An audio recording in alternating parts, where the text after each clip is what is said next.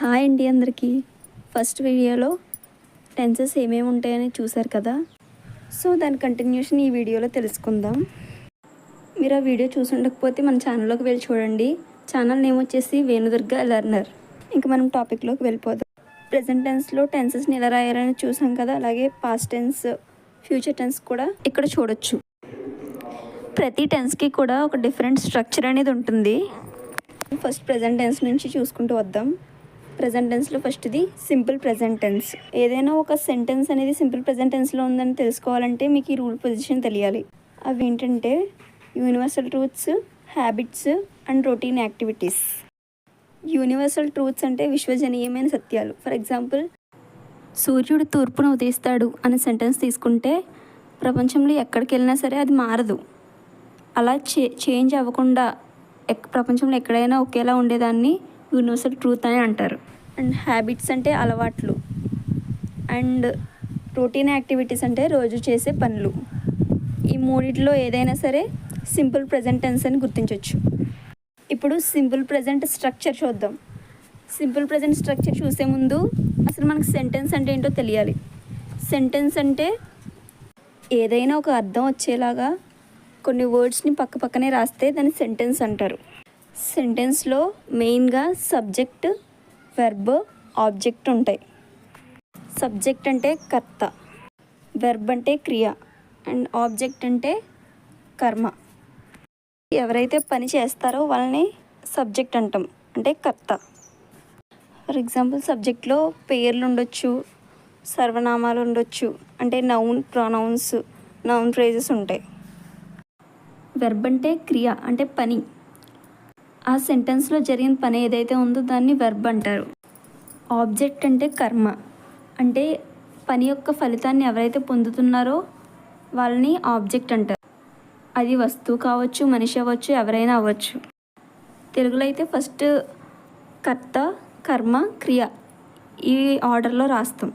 అది ఇంగ్లీష్కి వచ్చేసరికి క్రియ అనేది మధ్యలోకి వస్తుంది, అంటే subject plus verb plus object. ఇప్పుడు సింపుల్ ప్రెజెంట్ స్ట్రక్చర్ చూద్దాం. సింపుల్ ప్రెజెంట్ స్ట్రక్చర్ వచ్చేసి సబ్జెక్ట్ ప్లస్ వెర్బ్. వెర్బ్ అనేది V1లో ఉండాలి, ప్లస్ ఆబ్జెక్ట్. V1, V2 అని ఇంకా ఉంటాయి. వెర్బ్స్ గురించి ఇంకో వీడియోలో చెప్తాను. ఇక్కడ ఒక నోట్ ఉంది కదా, చూద్దాం. అదేంటంటే సబ్జెక్టులు అనేవి హీ, షీ, ఇట్ ఉన్నప్పుడు వెర్బ్కి ఎస్ కానీ ఈఎస్ కానీ యాడ్ అవుతుంది. సో ఇప్పుడు ఎగ్జాంపుల్స్ చూద్దాం. ఫస్ట్ ఎగ్జాంపుల్ వచ్చి ఇందాక మనం చెప్పుకున్నట్టు సూర్యుడు తూర్పున ఉదయిస్తాడు అనే ఎగ్జాంపుల్ తీసుకుందాం. ఇక్కడ సూర్యుడు అనేది సబ్జెక్ట్, తూర్పున అనేది ఆబ్జెక్ట్, ఉదయిస్తాడు అనేది వెర్బ్. మనకి స్ట్రక్చర్ ప్రకారం ఫస్ట్ సబ్జెక్ట్ రావాలి, తర్వాత వెర్బ్ రావాలి, తర్వాత ఆబ్జెక్ట్ రావాలి ఇంగ్లీష్లో. సో అలాగే వెర్బ్ అనేది V1లో ఉండాలి. ఆబ్జెక్ట్ ఇక్కడ సూర్యుడు కదా, అంటే సన్. నెక్స్ట్ వెర్బ్ రావాలి కాబట్టి ఉదయించడం అనేది వెర్బ్, ఇంగ్లీష్లో రైజ్ అంటాం. ఇక్కడ రైజెస్ అని రావాలి, ఎందుకనేది నేను మళ్ళీ చెప్తాను. నెక్స్ట్ తూర్పున అనేది ఆబ్జెక్ట్, అంటే ఇన్ ద ఈస్ట్. మనం ముందే చెప్పుకున్నాం కదా నోట్లో, సబ్జెక్ట్ అనేది హీ కానీ, షీ కానీ, ఇట్ కానీ ఉంటే వెర్బ్కి ఎస్ కానీ ఈఎస్ కానీ చేర్చాలని చెప్పాను. ఇక్కడ సూర్యుడు అంటే సన్, అంటే హీ కదా, కాబట్టి వెర్బ్కి ఎస్ అనేది యాడ్ అయింది. ఇప్పుడు సెకండ్ ఎగ్జాంపుల్ చూద్దాం. నేను ప్రతిరోజు పుస్తకం చదువుతాను, అంటే దినచర్యలోకి వస్తుంది, రొటీన్ యాక్టివిటీస్లోకి. ఇక్కడ నేను అనేది సబ్జెక్ట్, చదువుతాను అనేది వెర్బ్, ఎందుకంటే అది పని కాబట్టి. మిగిలింది ఏంటి, ప్రతిరోజు పుస్తకం అనేది ఆబ్జెక్ట్లోకి వెళ్తుంది. సో స్ట్రక్చర్ ప్రకారం first I subject, next verb రావాలి కదా, రీడ్, చదువుతాను అనేది రీడ్ ఇంగ్లీష్లో. ప్రతిరోజు పుస్తకం, ప్రతిరోజు కాబట్టి ఐ రీడ్ బుక్ ఎవ్రీడే. ఇక్కడ మనం రీడ్కి ఎస్ కానీ ఈఎస్ కానీ చేర్చలేదు.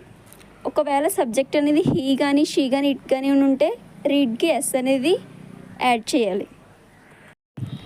చూసారు కదా. వీడియో నచ్చితే లైక్ చేయండి. నెక్స్ట్ వీడియో కోసం మన ఛానల్ని సబ్స్క్రైబ్ చేసుకోండి. Thank you for watching.